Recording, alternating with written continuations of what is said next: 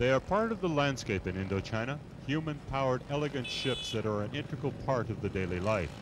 They are Cyclos, and they serve as transportation for entire families, as small delivery vehicles, and often as beds and shelters for their drivers. But they are being slowly pushed off the street by the relentless pace of progress. The increasing numbers of motorcycles and automobiles are taking up more and more of the road space. Here in Saigon's District 1, the city's central district, Cyclos have been banned by the municipality, but they are considering expanding that ban to include larger portions of the city. For the future, we must promote street and public transportation systems, but we can't do it now, so we ban the Cyclos.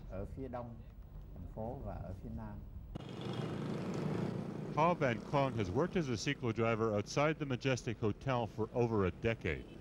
He has a fair command of English, which puts him in the elite of the Cyclo world. He can specialize in squiring tourists around town. On a good day, he says he can make up to $10, more than enough to support his parents and his own 2 children. For him, the ban is just an inconvenience. If you need a Cyclo driver, you want the road sightseeing in the city, you know how. If you want to find out in Vietnamese, if you want to know how about Vietnamese history, I will show you. But that is becoming more and more difficult for him to do.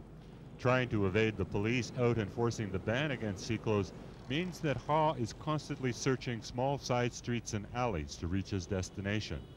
Nothing in his day is in a straight line anymore. In Cambodia's capital, Phnom Penh, Cyclos are having the same problem trying to compete with their motorized cousins. The majority of the city's Cyclo drivers are farmers who come into the capital to make a little extra cash. But as the countryside begins to prosper, more of the seasonal Cyclo drivers are staying down on the farm. Ma Bun Ta is in the Cyclo rental business. A former government employee, he now owns a fleet of 20 Cyclos and rents them out, mostly to farmers, for 80 cents a day. Business is slow. He only has 10 Cyclos out today.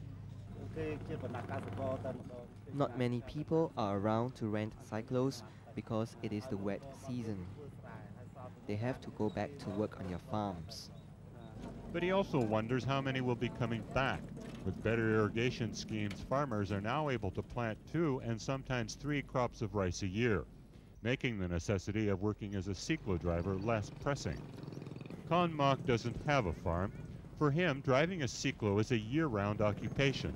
He has worked from this block for 11 years. He has a group of regular clients and gets some tourists from the nearby hotels. But this year, he's finding it harder to make the living he used to.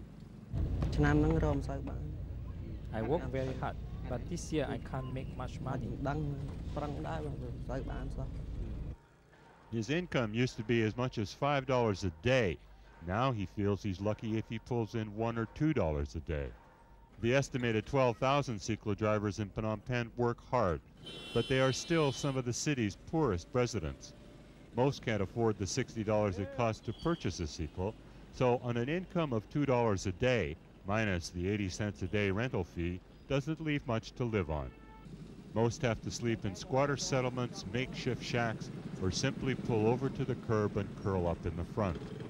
As more Cambodians have more money, these workers are coming up with less.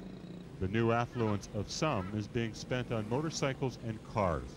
Speed and comfort are edging these gentle, graceful vehicles into the past, and perhaps denying us a little oasis of tranquility in an increasingly hectic world. Ed Fitzgerald, Asia Business News, Phnom Penh.